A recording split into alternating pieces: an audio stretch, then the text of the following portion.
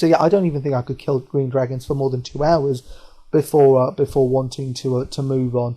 So yeah, how do you make money? Well, you make money in 2 ways, I think. Well, no, actually 3 ways. Well, firstly, the obvious way, PVM. Don't restrict yourself to, killing one type of monster, killing Bandos, or killing Corporal Beast, or whatever else. It's not going to work out in the long run. You have to be open to everything. You have to go to everything. Hopefully you have a good network of friends and you don't have to have random teams. Hopefully you have a good clan behind you. I mean, if the clan has lots of varying events, then that's obviously going to be of great benefit to you, because you'll also be more efficient as a team, and hopefully you'll be mixing it up a lot. You'll be going everywhere, and you won't get bored of a single area, because you won't be going there as often as you could be, or as frequently as you could be, because you have alternatives. So that's my first piece of advice. PVM, obviously. Also, Slayer is part of PVM. I think the best proof of Slayer being, hugely profitable, even now, still, even though the prices are dropping of rare item, is the fact that I did a 48-hour Slayer competition, used 40k cannonballs, which cost me 10 million, and, I made like 9 million in drops, and I didn't even pick up all my drops. You guys know how I slay by now. I do not pick up seeds, I do not pick up herb, I do not pick up bones, I just, don't pick up ashes, I get rid of them. And the fact that I only lost 1 mil from hardcore slaying, to me, is amazing. So, someone who puts a lot of effort into wanting to get the best out of their Slayer experience, you're not going to be making money, but you're not going to be losing money. And that's a testament to how much money you could be making if you weren't using cannonballs, or if you weren't using them as seriously as I do. So Slayer is a great way of making money, especially if you can only lose 1 million when you're hardcore slaying for 48 hours. So yeah. And then finally, well, I guess I have to talk about skills. Now, this is actually, this is a way that I definitely think people, they don't think about in terms of making money, and it confuses me. Lots of people nowadays think about efficiency. They think about, I want to woodcut ivy, I want to woodcut Arctic pines, I want to woodcut willows, because it will get me 99 woodcutting faster, and that's all they ever think about. But I don't understand why. I mean, why don't you think more about experience? Why don't you think about it combining experience with money? Why doesn't that make sense? I mean, it makes sense to me. I don't do it in the best ways possible, that's for sure. I mean, I still cut magic logs, which is slow. I still fish rocktails, which in terms of money is probably still slow. But I still do it. This is how, I don't think just to myself, I want to get 99 wood cutting. I want to do it in the fastest way possible. That's not how I think. I think to myself, I want to get 99 wood cutting, but I also want to make a bit of money on the side. So I'm going to cut yews, I'm going to cut magics. That's what I've always done. And that's why my wood cutting experience is 25 mil. And my fishing experience is around about 35. My mining experience is around 17. Those are the 3 core ways that, that I make money, by skilling. I cut magics, I fish rocktails, and before that monkfish, and I mine gold ore, concentrated gold ore. And it gives me experience. Not that I want that experience anymore, but it also gives me money. So I think that's something that people need to start doing.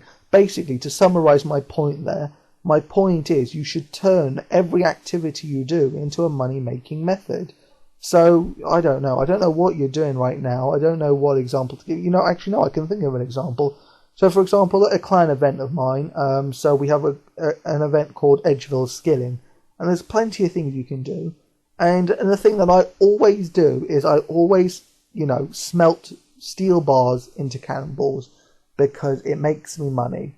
So I turn a clan event in which, you could be doing anything. Most activities involve losing money, but I think about making money.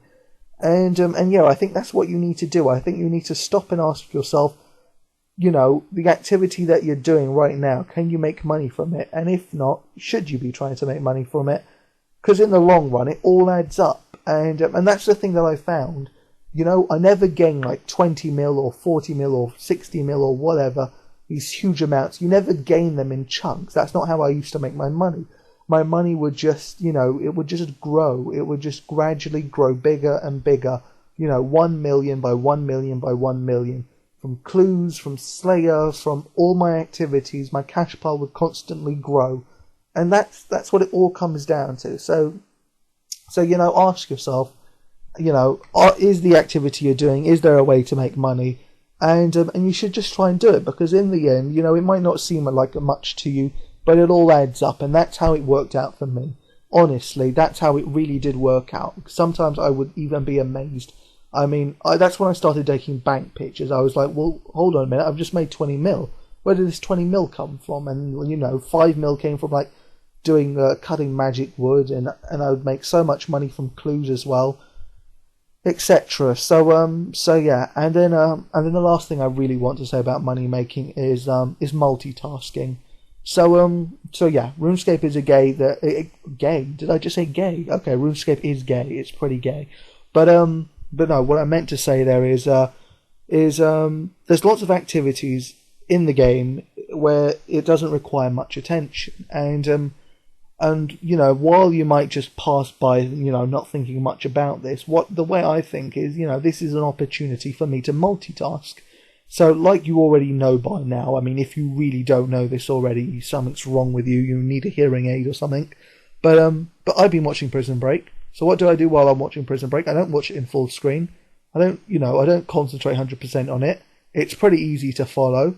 So I play RuneScape at the same time, and I'm not doing something that takes all my attention or all my effort on RuneScape. No, I do something that's AFKable, that doesn't require much attention, like woodcutting magic. So again, we're going back to skilling, but this time we're going, towards the AFK skilling abilities that you have. So that's the other thing I suggest. I suggest multitasking as often as possible. I mean, I'm sure lots of parents would hate for me to say this, but even when you're working, there's an opportunity to multitask. There's an opportunity to be making money, and why not use that opportunity? I mean, let's just assume you have maths homework. I'm sure you could get through an entire page of math equations before needing to bank a full inventory and yak's worth, or whatever beast of burden you have, full inventory, etc's worth of magic logs. And you've completed two things at the same time. You're slightly smarter. You're slightly more intelligent, but you've also made a bit of money on RuneScape, so you've made your RuneScape game that little bit, better. And yeah, that's the last thing I really need to say. So yeah, I would summarise it, but honestly, I don't want to, and I think this video has already been long enough. So like I said, tomorrow again you're going to see Castle Wars footage, but this time I'm going to try and do live commentary over it. And yeah, thanks for watching, guys. Until next time. See you around.